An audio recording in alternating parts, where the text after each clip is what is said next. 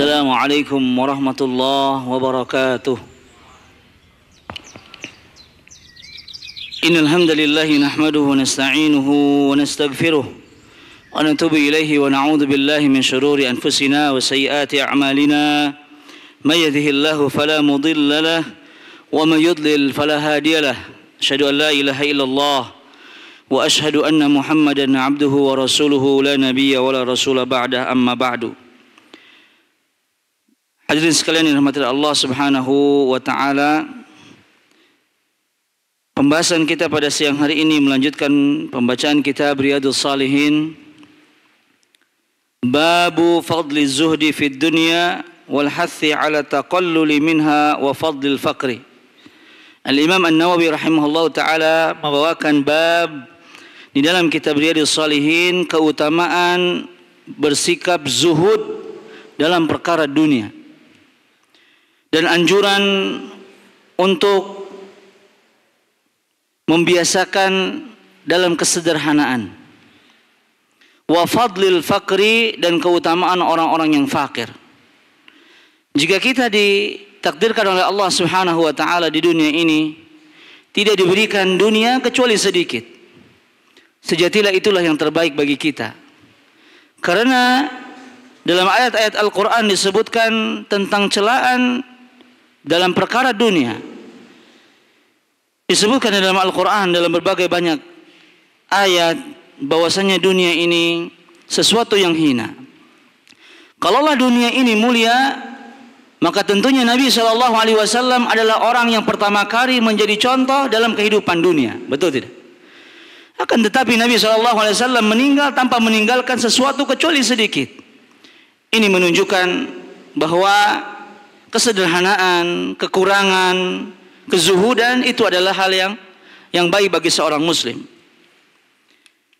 Hari ini hadis yang kedua dalam bab ini, hadis yang berbunyi an Abi Sa'id Al-Khudri radhiyallahu taala anhu annahu qala jalasa Rasulullah sallallahu alaihi wasallam 'ala al-minbar wa jalasna hawlahu faqala inna mimma akhafu 'alaikum min ba'di ma yuftahu 'alaikum min zahratid dunya wa zinatiha. Rasulullah sallallahu alaihi wasallam pada suatu hari duduk bersama sahabatnya. Dan sifat duduk Nabi sallallahu alaihi wasallam di dalam beberapa hadis, Nabi sallallahu alaihi wasallam apabila duduk bersama sahabat duduk di tempat yang sama. Alias kalau duduknya di lantai, semuanya di lantai. Sehingga dikisahkan suatu hari terdapat seorang badui yang datang ke kota Madinah dan menanyakan, "Aina Muhammad?" Di mana Muhammad? Yang mana Muhammad itu? Karena pakaiannya sama, duduknya pun sama. Karena Nabi SAW mengajarkan kepada kita kerendah hatian. Dan tidak ada perbedaan antara mereka. Tidak ada kesenjangan sosial di antara mereka. Namun di hadis ini Nabi SAW duduk di atas mimbar, yaitu di sini. Dan sifat mimbarnya Nabi ada tiga tangga. Khatib ketika berdiri di tangga yang pertama mengucapkan Assalamualaikum warahmatullahi wabarakatuh. Kemudian naik kedua, tempat berdirinya khatib. Kemudian duduk di tangga yang ketiga. Nabi duduk di atas mimbar dan di sampingnya terdapat sahabat. Dan duduk di atas mimbar ini, hadirin sekalian yang dirahmati Allah Subhanahu wa taala, menunjukkan perkara yang sangat penting. Misalnya ada pengumuman duduk di sini, berarti urgent sekali. Kata Nabi sallallahu alaihi wasallam, "Inna mimma akhafu 'alaikum min ba'di."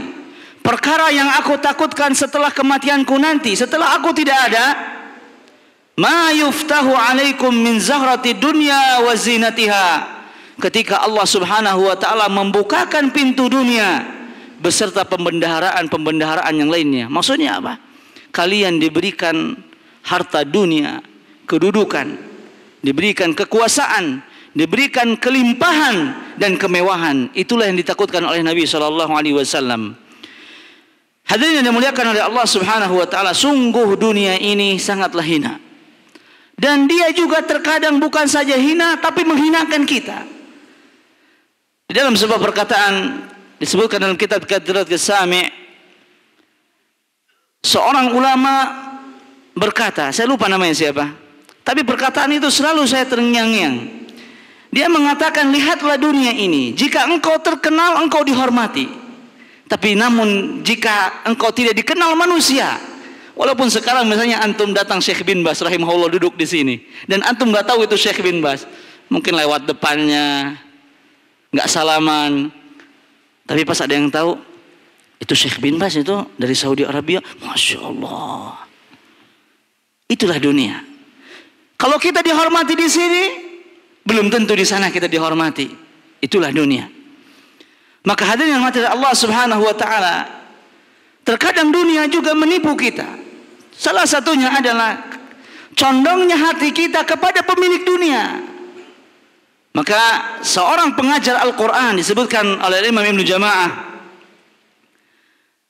seorang pengajar Al-Qur'an janganlah menjadi budak-budak dunia.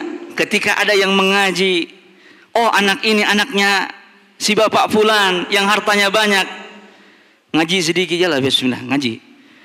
Ulaika, wah bagus, Masya Allah. Kamu, yang ini anaknya bapaknya tukang ojek, baca. Bukan kayak gitu, baca yang benar. Tapi yang satu enggak. Wih, bapaknya Pak RT ini mah, bapaknya Pak Kades, bapaknya ini. Lihat, seorang guru ngaji terkadang menghormati murid-murid yang bapaknya itu terkenal. Ahlan wa sahlan, Masya Allah, ini anaknya Pak ya, calon ulama ini sukses, Masya Allah. Nggak apa-apa, kalau tidur di kelas juga nggak apa-apa, ya nggak apa-apa, bagus. Giliran ada yang ini, petot, letik, cimpel, bapak anak komodenya ho eta, alah, si eta mah. Kita kadang tertipu dengan dunia. Kita menghormati para budak-budak dunia. Kalau ada orang, wah tahu ini orang berduit, kita hormati. Tapi saat kita lihat orang yang tidak berduit, kita pun rendahkan dia. Maka hadirin yang dirahmati Allah Subhanahu wa taala, yang ditakutkan oleh Nabi sallallahu alaihi wasallam, ketika sahabat Nabi SAW dibukakan dunia, kemudian akan tumbuh minimal orang yang punya dunia, ikhwas sekalian, di dalam hatinya tidak mau direndahkan. Gua beli loh, masa, gitu kan? Apaan sih? Berapa sih? Nggak tahu saya yang punya daerah sini. Karena perkara yang sepele tidak dihormati. Bahkan yang lebih mirisnya lagi, dia tidak memiliki dunia, tapi dia diamanahkan dunia. Misal ada sebuah quotes yang selalu digaung-gaungkan dalam perkara dunia, hidup itu harus seperti tukang parkir. Kalau ada motor, mobil mewah-mewah, tidak ada yang ditahan kecuali dibiarkan pergi. Tapi itu tidak berlaku untuk tukang parkir sekarang. Kita tidak akan pergi kecuali bayar 2.000. Kalau nggak dikasih camutrak, betul tidak? Maka quotes itu tidak berlaku, itu untuk para salaf, tukang parkir salafus soleh itu. Para tukang parkir terdahulu yang ridho, dorong motor, turungin motor. Sekarang mah enggak. Kadang ada yang muncul goib, tiba-tiba pegangan motor, minta. Kalau enggak minta, sampai ada yang berantem, ya kan begitu. Tapi mirisnya orang diberi amanah, dan itu bukan milik dia. Dia hanya menunaikan amanah itu kepada orang lain. Ternyata dia terkena fitnah dunia ini. Uangnya bukan milik dia, tanahnya bukan milik dia, tapi untuk memberikan itu kepada pemiliknya dia susah. Itu terjadi sekarang. Banyak orang yang tidak mampu hidup tanpa kekuasaan. Orang tidak mampu hidup tanpa jabatan. Orang tidak mampu hidup kecuali dia duduk di tempat yang mewah, pemimpin yang tinggi, harta berlimpah. Kalaulah turun satu jengkal saja, dia tidak mau. Apa yang dilakukan? Menghalalkan segala cara. Dia rela membunuh orang lain. Dia rela mengambil hak orang lain. Dia rela sampai membunuh kedua orang tuanya untuk mendapatkan warisannya. Inilah yang ditakutkan oleh Nabi SAW. Dunia ini termasuk di antara racun-racun yang bisa saja mengenai kita dan kita tidak bisa selamat. Maka bagaimana sikap kita dengan dunia? Rasulullah SAW mengatakan, jika ada seseorang yang memiliki harta yang banyak, kemudian si fulan mengatakan, andai aku seperti si fulan, duitnya banyak, enak menurutnya, bosan seketik, sholatnya di Masjidil Haram lah, Asa bosan sholatnya di dia wae. Akhir tahun mau kemana? Haji aja ya kayaknya. Daripada di rumah nganggur, mending hajian. Karena banyak uangnya. Kalau kita sekarang segala sesuatu mahal, bukan karena mahal, kita nanti buka duit. Ternyata orang yang kita dambakan, si fulan yang banyak hartanya tersebut, dia memang menggunakan hartanya untuk kebaikan. Maka kata Nabi SAW, kamu dan dia memiliki pahala yang sama. Jadi kalau misalnya ada Syekh Al-Ma'tuk ke sini, ya Allah, sugan we atunya hirup teh siga Syekh Al-Ma'tuk. Mere duit, hadiah-hadiah, bahagia, Masya Allah. Maka antum mendapatkan pahala seperti pahala beliau dalam hartanya. Tapi kalau misalnya datang ke sini, siapa misalnya? Atta Gledek misalnya. Datang ke sini bawa mobil, wah, branded semua. Terus antum bilang, hayangnya siga manehna, alus mobilna, alus ieu na. Ternyata dia menggunakan hartanya misalnya dalam kemaksiatan, maka antum dengan dia sama dosanya. Maka berhati-hati dalam berangan. Kalau kita ingin menjadi orang kaya, jadikanlah orang kaya yang kita dambakan adalah orang kaya yang menggunakan hartanya di jalan Allah, bukan orang kaya yang mengambur-ngamburkan uangnya di jalan kemaksiatan. Kemudian sikap kita dalam dunia ini, mintalah kepada Allah kecukupan. Dunia semakin dikejar tidak akan ada habisnya. Maka apa ya doa yang diajarkan Nabi SAW? Allahumma kfini bihalalika an haramik. Ya Allah, cukupkan saya dengan harta yang halal dan jauhkan saya dari perkara yang haram. Wa aghnini bifadlika amman siwak. Dan kayakan saya dengan keutamaanmu. Maksudnya apa? Kalau hati sudah dikayakan oleh Allah, mau dikurangi berapapun gaji kita, insya Allah air rezeki mah di mana we. Poe ieu dipotong 30, isukan 300 nu datang. Betul tidak? Hari ini hilang 1000, besok 2000 yang datang. Itulah dunia. Jangan pernah kita merasa dunia ini adalah milik kita. Ingatkah bahwa Nabi Adam diturunkan ke tempat yang hina karena hukumannya di surga? Kemana turunnya? Ke sini, ke dunia. Maka berhati-hati dengan tempat ini. Kita semua akan meninggalkan tempat ini. Dan berhati-hati dengan sikap kita dengan dunia. Cukuplah meminta kepada Allah, ya Allah, mudah-mudahan hidup saya ini cukup. Cukupkan saya dengan yang halal saja tanpa ada yang haram. Dan buatlah saya kaya. Kalau tidak kaya harta, kaya hati. Kemudian yang ketiga, bukan berarti kita tidak memiliki, tidak mau dunia, atau tidak mau bermewah-mewah di dunia, kemudian kita meninggalkan dunia. Seperti orang-orang sufi. Mereka menghinakan dunia 100%. Pergi ke gunung bertapa. Gak mau ngomong 1000 tahun. Dunia ini tidak ada gunanya. Bahkan tidak mandi. Karena mandi termasuk dunia. Tidak mau sholat karena sholat termasuk dunia. Jangan sampai antum begitu. Zuhud, kapasantren baju robek, buk tadi cukur, korong loba ini, itu mandi, bau segala macam. Ya akhi, wa mal hayatud dunya illa laibun walahun. Masya Allah. Bukan seperti itu. Zuhud, kalau antum baca dalam Tazkiyatun Nafs, zuhud itu bukan perkara harta sebenarnya, tapi perkara hati. Ada orang rumahnya besar tapi zuhud. Ada orang kontrakannya kecil 2 kali 3, tapi hatinya tidak zuhud. Zuhud itu perkara hati.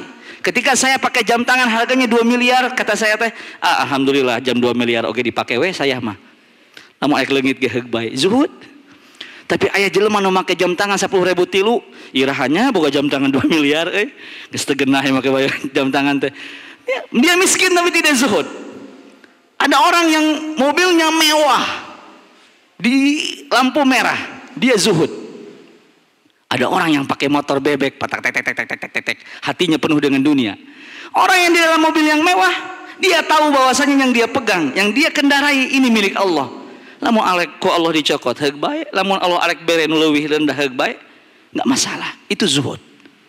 Sedangkan yang di motor bebek tadi, si motor tuh goreng di kumaha yang bukan mobil celana kieu nya, menggebu-gebu hatinya menghadap dunia. Itu bukan zuhud. Jadi zuhud bukanlah perkara dalam pakaian, tapi perkara dalam hati. Kalaupun dua-duanya berkumpul dalam jiwa kita, zuhud hati iya dan zuhud dunia iya. Tidak berpakaian kecuali sederhana, tidak menginginkan dunia kecuali seadanya saja. Kalau diberi alhamdulillah, kalau tidak bukan rezekinya. Mau dikejar sampai manapun dunia tidak akan ada habis-habisnya. Maka di dalam Al-Quran disebutkan kisah-kisah orang-orang yang tertipu dengan dunia. Salah satunya adalah Qarin, ya, Qarin Korun, ya kan? Si Korun mengatakan, kalaulah aku punya harta seperti Korun, betul tidak?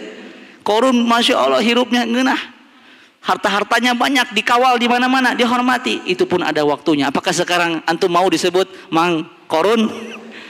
Antum punya anak sekarang, baru nih punya anak, usulan nama Muhammad Korun, arek. Antum nggak mau, saking nggak maunya antum nggak mau menamai anak antum dengan Korun. Kenapa? Karena Korun bukanlah sosok yang baik, walaupun mereka miliander. Kemudian di akhir ini, ikhwas sekalian rahmati Allah Subhanahu wa taala, perkara dunia. Jangan bersedih jika yang Allah berikan sekarang hanya segini. Tapi mintalah keberkahan dari apa yang Allah berikan. Kalau ada orang diberikan lebih hartanya, antum hanya berpikir mudah-mudahan dia mampu menjalankan dunia itu.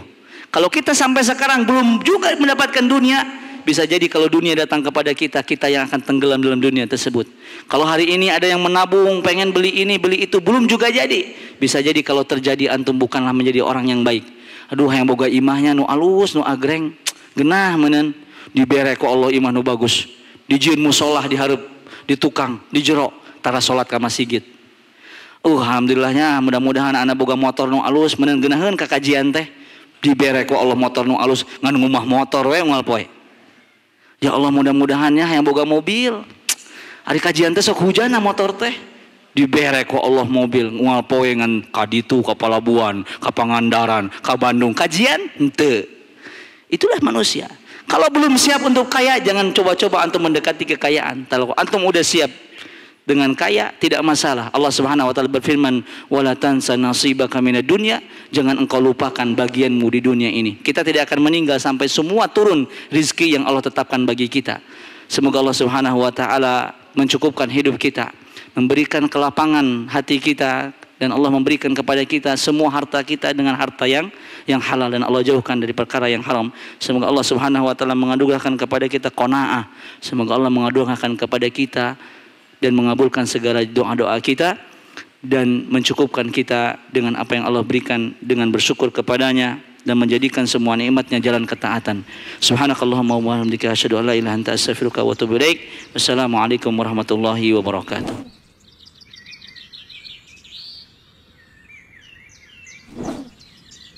Sahabat Al-Ma'tuk, mari berdonasi untuk keperluan serta kegiatan media Al-Ma'tuk, agar kami dapat selalu menyajikan tayangan-tayangan yang bermanfaat bagi umat muslim. Caranya mudah, silakan klik link yang ada di kolom deskripsi atau scan barcode donasi yang berada tepat di layar Anda. Jazakumullah.